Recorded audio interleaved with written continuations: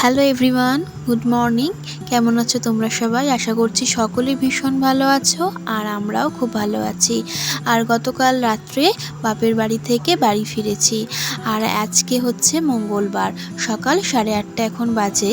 আর husband যেহেতু কাজে বেরোবে, সে কারণে আজকে এই যে রুটি করে নিচ্ছি। তবে তরকারি কিছু বানাবো না আজকে, মা কালকে ফেরার সময় তরকা পাঠিয়েছিল, তো সেটা দিয়ে আমাদের আজকে রুটি খাওয়া হয়ে যাবে।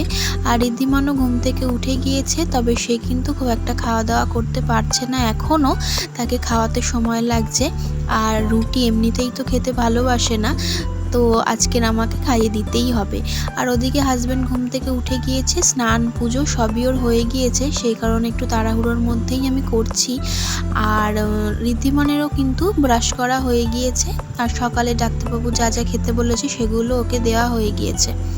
তো চলো এখন ওদের সকলকে খেতে দিয়ে দিই।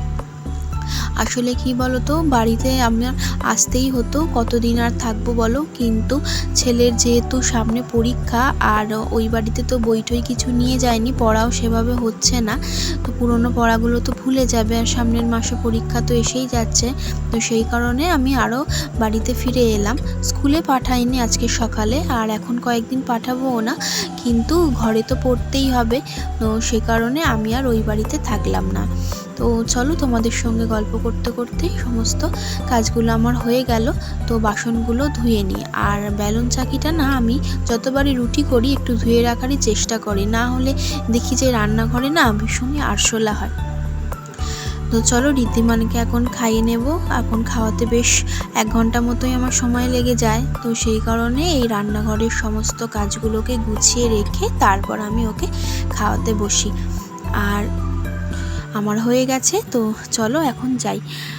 খাবারটাও বেড়ে নিয়েছি, তবে যে পরিমাণে খাবার নিয়েছি সবটা কিন্তু খেতেও পারবে না। আর এই যে চলে এসেছি ঘরে, আর এখন ওকে খাইয়ে নিচ্ছি। তবে এখন জ্বরটা নেই, কিন্তু কাঁচা সর্দি করেছে, আর যে কারণে না একদম না গেটে যাচ্ছে সব সময়। আর খাওয়া দাওয়ার তো একদমই অরুচি, তো সেই জন্য একটু বুঝিয়ে বুঝিয়ে খাওয়াতে হচ্ছে, কি আর করব বলো। আর ওইদিকে হাজব্যান্ডও খাচ্ছে রান্নাঘরে, তাকেও সব গুছিয়ে দিয়ে এসেছি। তো চলো ছেলেকে খাইয়ে নিই, তারপর তোমাদের সঙ্গে আমার আবার দেখা হচ্ছে। আর এই যে এর মধ্যে কিন্তু অনেকটাই সময় চলে গিয়েছে, হাজব্যান্ডও বেরিয়ে গিয়েছিল কাজে, আর ছেলেকেও কিন্তু আমি ওষুধ খাইয়ে জল টল সমস্ত কিছু খাইয়ে চলে এসেছি এখন রান্নাঘরে। দুপুরের রান্নাটাও তো সেরে নিতে হবে, কারণ ছেলেকে তো সময় মতন এখন খাওয়াতেও হচ্ছে, ওর ওষুধ রয়েছে।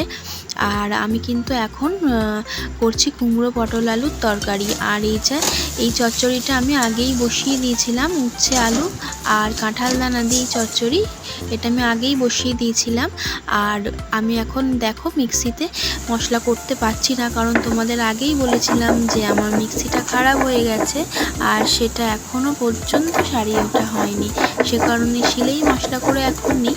তবে খুব একটা মন্দ আমার লাগে না, ভালোই লাগে, তো শিলে মশলা করে নিচ্ছি। আজকের একদম নিরামিষই রান্না করছি, আর একদম হালকা পাতলার মধ্যেই রান্না করছি, কোনো রকমের মশলাপাতি বেশি দিচ্ছি না।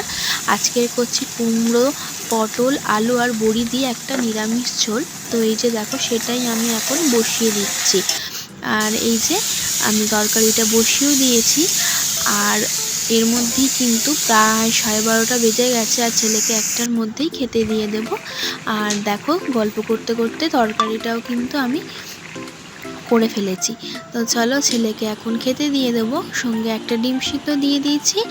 আর চলো, আর এদিকে দেখো আমার হাজব্যান্ডও চলে এসেছে, আর এনেছি কিছু বাজার, তবে এগুলো এখন তোলা যাবে না, এখন ছেলেকে খাওয়াতে যাব, এগুলো তুলতে গেলে তো সময় লাগবে। আর এদিকে আমার ঝোলটাও হয়ে গিয়েছে, তো চলো এখন নামিয়ে ফেলি। আর এখন কিন্তু 1টা বাজে, 1টার সময় কিন্তু ওকে খাইয়ে নেবো।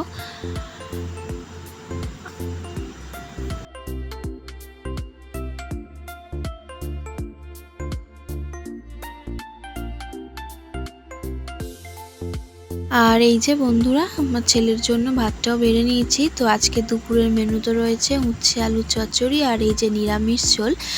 আর ছেলের জন্য কিন্তু একটা ডিম সেদ্ধ দিয়ে দিয়েছি, কারণ শরীরটা তো এখন অনেকটাই দুর্বল। আর ওকে ইতিমধ্যে খাওয়ানো আমার হয়ে গেছে, আর ওকে এখন শুইয়ে দিয়েছি, তবে ঘুমায়নি। শুয়ে থাকতে থাকতে ঘুমিয়ে পড়বে। জানলা থেকে অনেকটা আলো আসছিল বলে আমি টেনে দিয়েছি পর্দাটা। আর এই যে দেখো, জামা কাপড়গুলো এখন একটু উল্টিয়ে দিচ্ছি। আজকে সকালে জামা কাপড়গুলো কেচেছে আমার হাজব্যান্ড, ও কেচে দিয়ে কাজে চলে গিয়েছিল।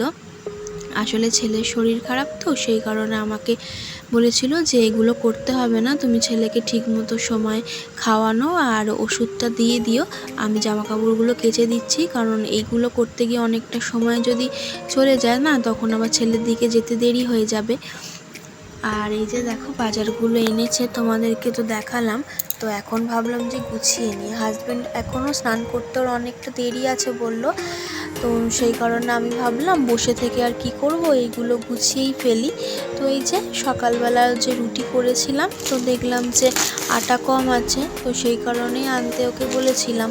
তো আটা নিয়ে এসেছে, আর একটু হলুদ, আর এই যে সাদা তেল আর সর্ষের তেল, এগুলো অনেকটাই বাড়ন্ত হয়ে এসেছে। একটু নুন, ব্যাস এই আনার ছিল, তো নিয়ে এসেছে। আর দেখো বন্ধুরা, আমি এরকম একটা নীল ড্রামে গুছিয়ে রেখে দিই। তো সেই কারণে ভাবছো যে এইটুকুর মধ্যে ধরে না, এইটুকুর মধ্যে ধরে না। আমার আর একটা বালতি আছে, সে তার মধ্যেও কিছু থাকে, আর এই বক্সের মধ্যেও কিছু থাকে। তো বন্ধুরা, আমি এখন গুছিয়ে নিই, তোমরা দেখতে থাকো।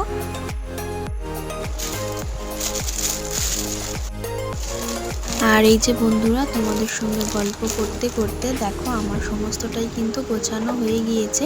তো চলো এখন তুলে রাখবো, তার আগে আটাটা চলো ঢেলে ফেলি। আর আটাটা কি বলো তো, ঢেলে যদি না এরকম রাখি না, আমার রান্নাঘরে এতটাই পরিমাণে ইঁদুর আছে যে একদম আটার প্যাকেট ফুটো করে দেবে আর চারদিকেই ছড়িয়ে দেবে। তো চলো এখন রেখে দিই। আর এই যে বন্ধুরা, আমার রান্নাঘরে এরকম একটা কাঠের শোকেস আছে, এর মধ্যেই কিন্তু আমি এইভাবেই গুছিয়ে রাখি। তোমরা দেখো, দেখে বুঝতে পারবে। এই যে আমি এইভাবেই কিন্তু গুছিয়ে রেখে দিই। আমার কিন্তু খুব একটা আহামরি ক্যাবিনেট নেই, আমি এইভাবেই খুব সাধারণভাবেই রাখতে পছন্দ করি। আর এনেছে ডিম, দেখো দুটো ডিম ছিল, আর ও 4টে ডিম এনেছে, কারণ ছেলেকে এখন প্রতিদিনই একটা করে ডিম সিদ্ধ দিতে বলেছেন ডাক্তারবাবু। তো সেই কারণে এই যে 6টা ডিম হয়ে গেল, 6 দিন চলে যাবে। তো চলো এখন গুছিয়ে ফেলি সব জিনিসপত্রগুলো, অনেকটাই বেলা হয়েছে, খাওয়া দাওয়া তো সারতে হবে। হ্যালো এভরিওয়ান, তোমাদের সঙ্গে এখনই কথা বলার সুযোগ হলো, তাই জন্যই চলে এলাম। তো সারাদিন তো দেখলে আমি বললাম, তো ভিডিওটা এখানেই শেষ করব, সেই জন্য ভাবলাম তোমাদের সঙ্গে একটু কথা বলে নিই। এখন বাজে বেলা 2:30, আমাদের কিন্তু খাওয়া দাওয়া এখনও হয়নি, তবে একটু পরেই খাওয়া দাওয়া করে নেব। আমার হাজব্যান্ড একটু কাজ করছে, হয়েই এসেছে, হয়ে গেলে আমরা খাওয়া দাওয়া করে নেব, কিন্তু তার আগে আমি একটু স্নান করব। অনেক সকালে স্নান করেছি, আজকের প্রায় 7টার সময় করে পুজো দিয়েছিলাম। তো এখন আর পারছি না, ভীষণ গরম হচ্ছে, তো সেই কারণে ভাবছি একটু স্নান করব, তারপরে শান্তি করে একটু ভাত খেয়ে নেব। তো চলো বন্ধুরা, ভিডিওটা এখানেই শেষ করছি। সবাই ভালো থেকো, আর প্লিজ চ্যানেলটাকে সাবস্ক্রাইব করে দিও।